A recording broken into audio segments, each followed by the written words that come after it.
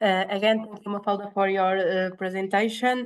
My name is Brito. I'm the coordinator of the Medical Devices Regulatory Support Unit at IPN, Instituto Pedro Nunes in Portugal.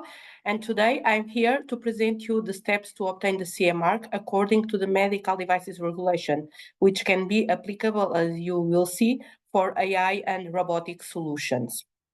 So, with that in mind, what are the steps to obtain the CE mark? That is right now the authorization to sell your medical device within the European Union.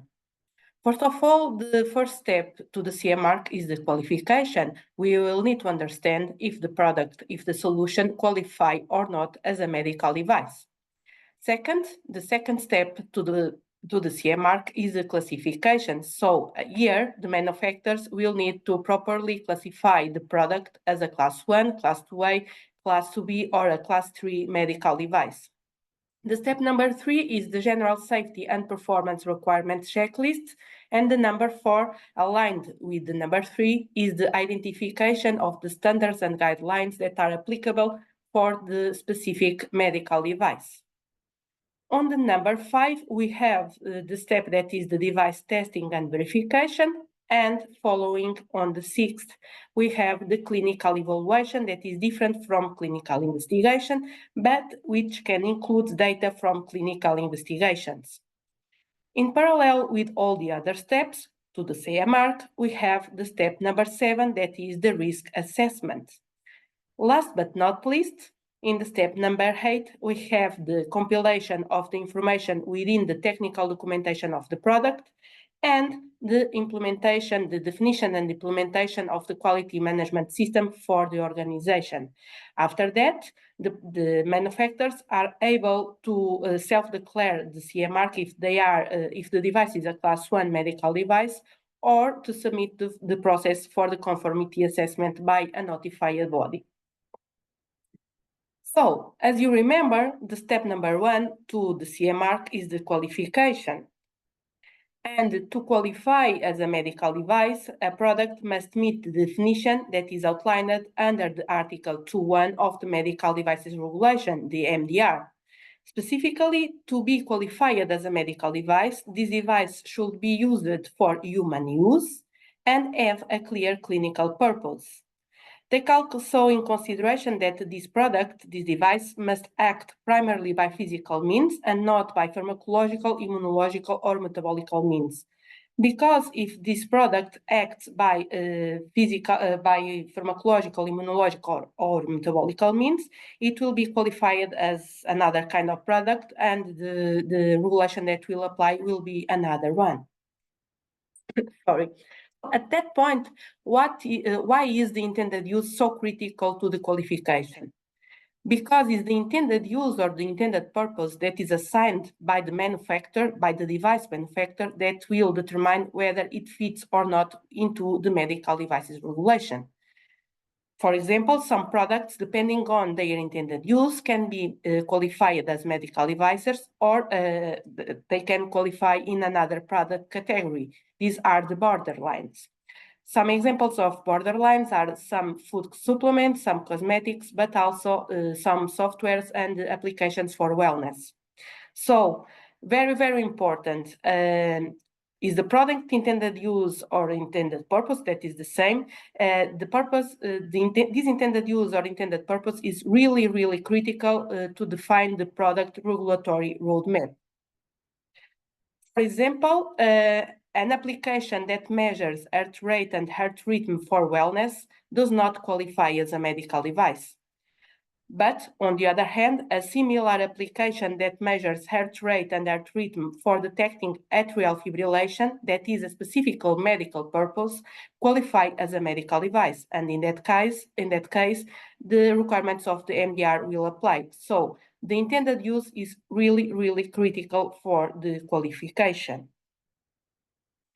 Also, for AI and robotic solutions, these solutions can qualify as medical devices, and the requirements of medical device regulation will apply. But also here, the qualification will depend on the intended purpose or intended use. So also for AI and robotic solutions, the solution must have a specific medical purpose, such as diagnosis, prevention, monitoring, treatment, or alleviation of a disease, in order to be qualified as medical devices. If you remember, the step number 2 to the CE mark is the classification. So in order to properly classify the device, the manufacturer needs to follow, which is stated in the Annex 8 of the MDR.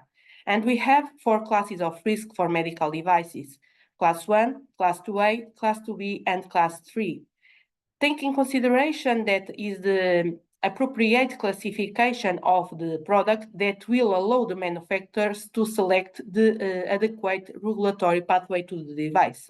Because, for example, for Class 1 simple medical devices, the conformity assessment by a notified body is not required, but for all the other classes, namely Class 2A, 2B, and 3, and also for Class 1S, R, and M, the involvement of a notified body is mandatory. Next, the step number 3 to obtain the CE mark is the elaboration of general safety and performance requirements checklist. So here, the manufacturers need to start with a complete analysis of the Annex 1 of the MDR, where they can find these general safety and performance requirements, and they need to identify all the general safety and performance requirements that are applicable to their specific medical device. Taking in consideration that you, the manufacturers, will need to include within your technical documentation a justification of all the requirements that are not applicable. Following and in parallel with the last step, the step number 4 is the identification of the applicable standards and guidelines.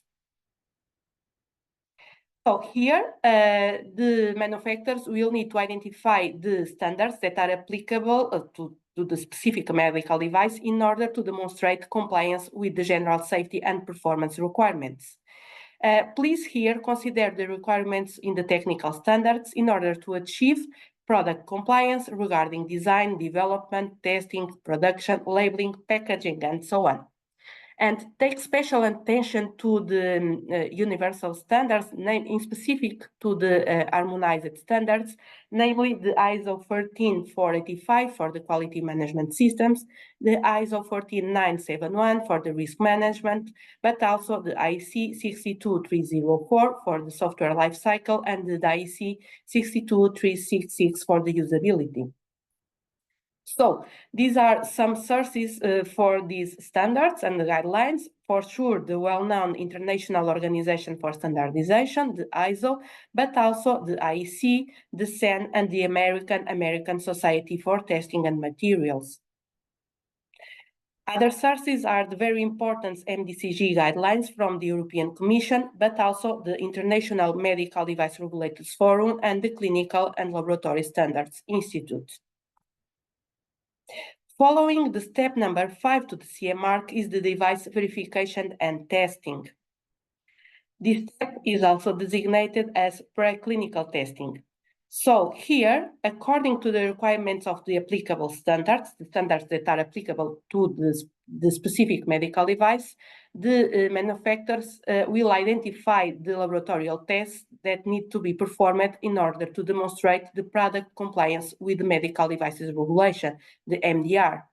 For sure, as you can understand, the test list will depend on it will be different depending on the device type, but some common tests can include, for example, biocompatibility, bioburden, usability, shelf life, and transport validation. But also electromagnetic compatibility, that is important for robotic solutions, and the electrical safety, the cybersecurity, and the software verification and validation, including unit tests, integration tests, and system tests as applicable. The step number 6 to the CE mark is the clinical evaluation. What is the clinical evaluation? This evaluation will verify the efficacy, the safety, and the clinical benefits of the device when used according to the instructions for use, for sure. The clinical evidence to elaborate the clinical evaluation report may come from literature, laboratory testing, and post-market surveillance activities, but also from clinical investigations. So, clinical investigations are a source of data for the clinical evaluation. And the clinical investigations are not mandatory for all the classes and all the types of medical devices. Taking consideration that that within your clinical evaluation report, both positive and negative data should be considered. The step number 7 to the CE mark is the risk management. So the manufacturers needs to establish, implement, document, and maintain a risk management system, and it will ensure that the medical device is safe for patients, for users, but also to the environment. Taking consideration that all the identified risks should be reduced as far as possible throughout appropriate means, that is, mitigation measures, and the applicable standard in this context is the ISO 13971 that have key requirements and steps in the process of medical device risk management. A general overview about the risk management process. First of all, the manufacturers need to start with the risk management plan development. In a second point, to establish, to do a risk assessment with the identification of all the risks. And in the number 3, they will need to implement the risk control measures, the mitigation measures. The number 4 is about the evaluation of the overall residual risks. And the number 5, last but not least, is the risk management review, including the elaboration of the risk management report. Take also in consideration the point number 6, that is, within your risk management activities, you will need to include data from production and post-production activities.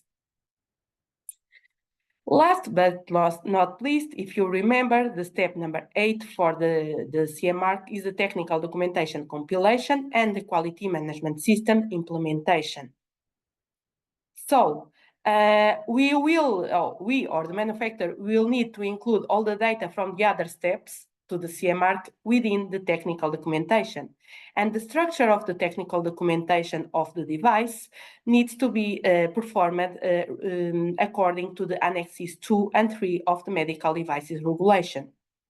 Regarding the quality management system, it needs to follow the ISO 13485, which is the harmonized standard for the quality management systems for medical devices, but also the requirements that are stated within the Article 10 of the MDR.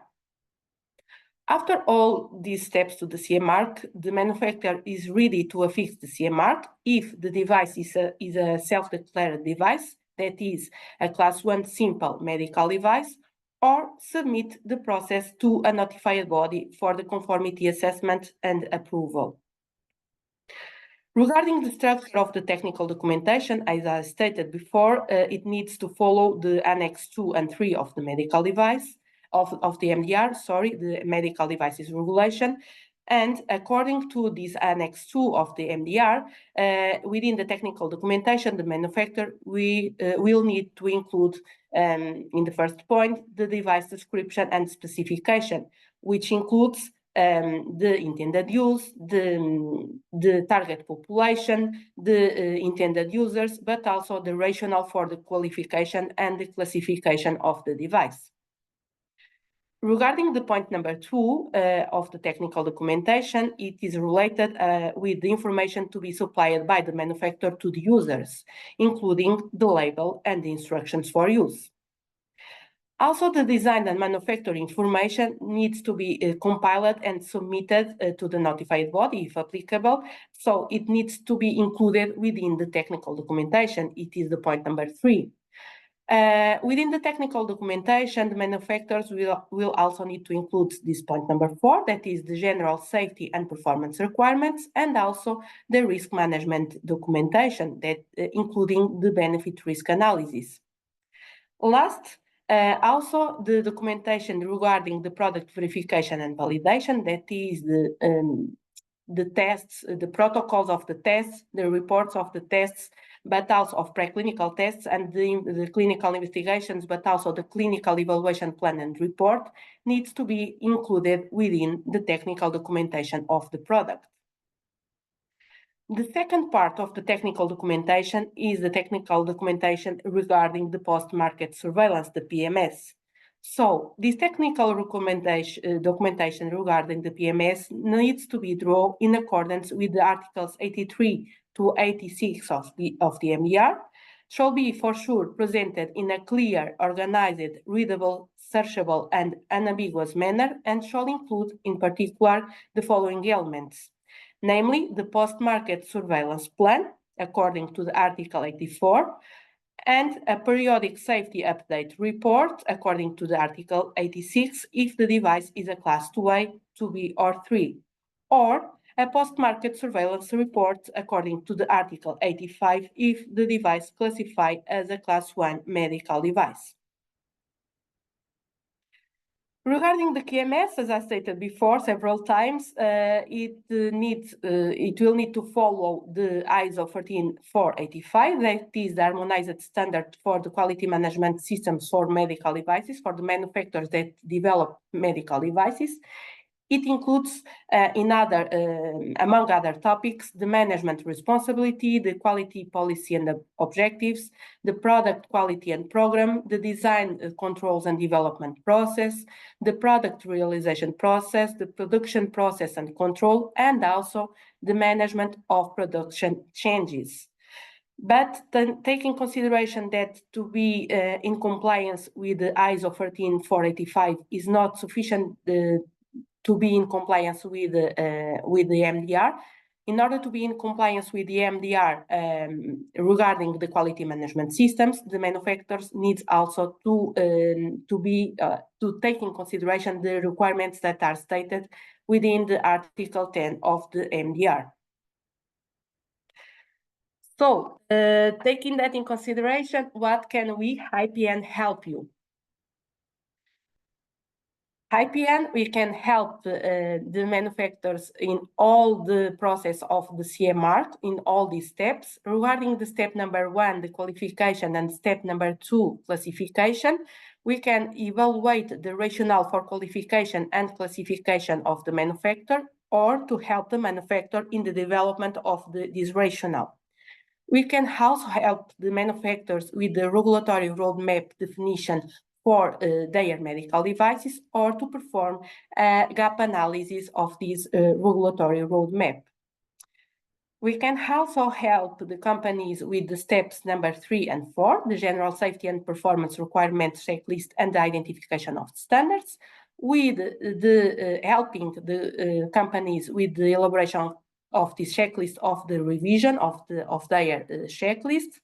And also we can perform a gap analysis of your identification of the applicable standards and requirements. Regarding the step numbers 5, device verification and validation and testing, we can support the companies in the selection of the accredited labs to perform the preclinical tests. But within our facilities, we can also perform pre-compliance electromagnetical tests. We can also help the companies with the usability tests, with the elaboration of the documentation, but also with the implementation of these tests. And we can also help the companies with the software verification and validation. We can perform system tests and also integration tests. Regarding step number 6, the clinical evaluation, we can help the companies, the manufacturers, with the elaboration of the clinical evaluation plan and report, or the revision. We can review their clinical evaluation plan and or report. We can perform a gap analysis. And if clinical investigations are needed, we can help the companies with the plan of these clinical investigations and also with the execution of these clinical investigations. Regarding the risk management, that is the step number 7. We can support the companies within all the risk management process implementation, with the elaboration of the risk management plan and report and or revision of that, and for sure with also all the other documents that are applicable within this risk management process, for example, with the risk matrix. Specifically for softwares and AI and software AI-enabled devices, we can also help the companies with the cybersecurity risks plan and report. We can perform the revision of your plan and report in order to understand if it is in compliance with the MDR and the appropriate MDCG. And we can perform a complete gap analysis of the ISO 13971. Last but not least, we can help the companies with the full process of the technical documentation compilation and the PMS implementation, supporting on the implementation of the MDR requirements, and also with the implementation of the ISO 13485 requirements. We can help you with the elaboration of your quality management system documentation, the procedures, the templates, the records, and so on, or performing a gap analysis. We can review your quality management system documentation. On the other hand, we can review your technical documentation, not yours, but the technical documentation of your medical device, or we can help you with the elaboration of this technical documentation from the beginning. After that, and after the CE mark, we are also able to help the companies in the PMS, in the post-market surveillance process, supporting on in the implementation of this post-market surveillance process, and or performing the revision about your post-market surveillance documentation, the plan, the report, and so on. So thank you for your attention, and these are my contacts.